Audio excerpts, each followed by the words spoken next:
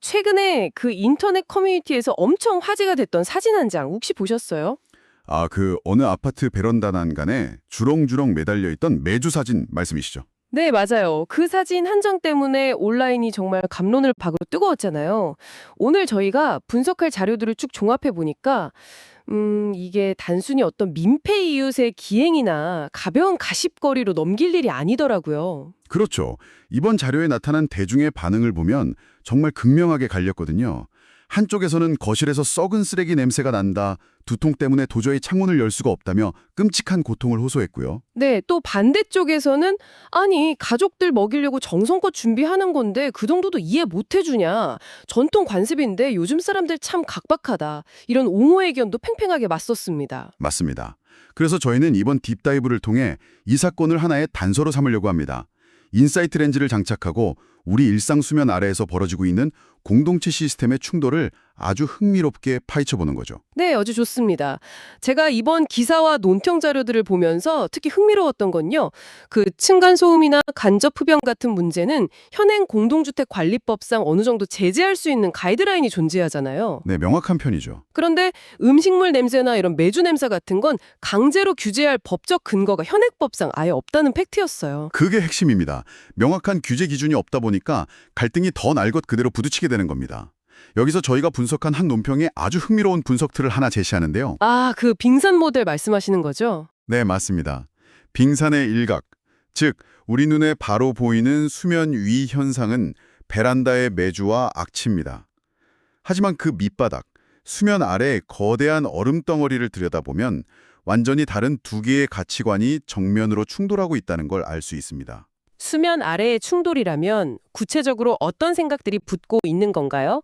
자료에서 각자의 운영체제, 그러니까 스마트폰 OS처럼 서로 다른 가치관이 돌아가고 있다는 표현을 본 것 같은데요. 아주 적절한 비유죠.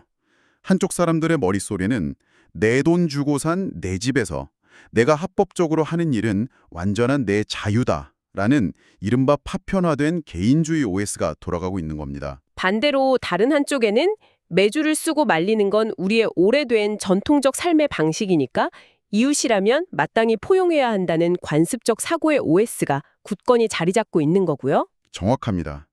이렇게 완전히 다른 두 소프트웨어가 좁고 밀집된 아파트라는 하드웨어 안에서 동시에 실행되다 보니까 결국 시스템에 치명적인 오류가 나버린 겁니다. 아, 그렇게 들으니까 확 와닿네요. 물리적인 공간은 겹쳐 있는데 각자 머릿속에서 돌아가는 규칙이 전혀 달랐던 거군요.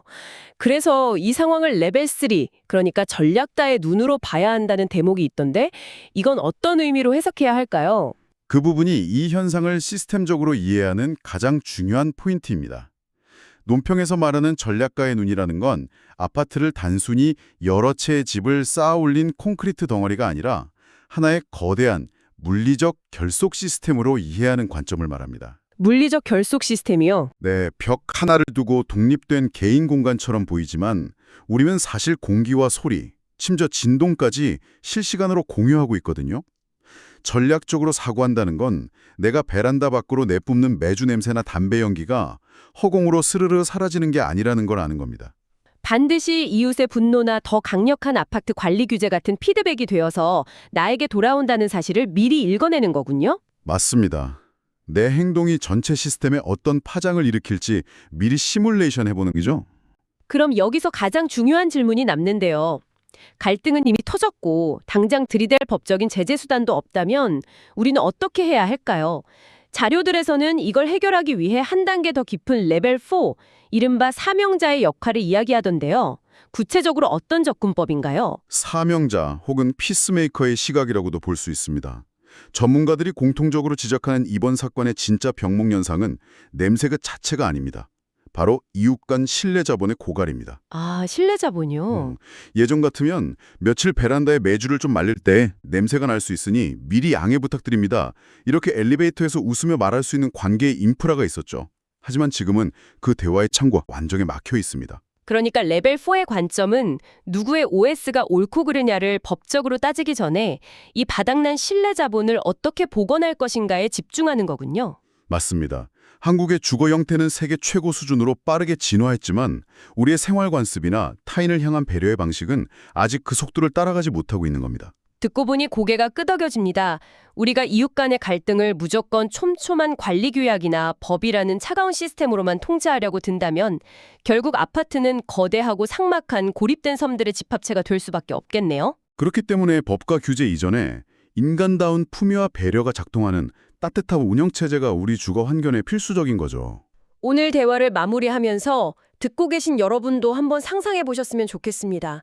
어쩌면 베란다의 매주 냄새보다 우리를 더 숨막히게 하는 건 벽 하나를 사이에 두고 타인의 존재는 철저히 배제한 채 자신의 권리만 부르짖는 고립의 냄새가 아닐까요? 네, 생각해 볼 만한 지점이네요.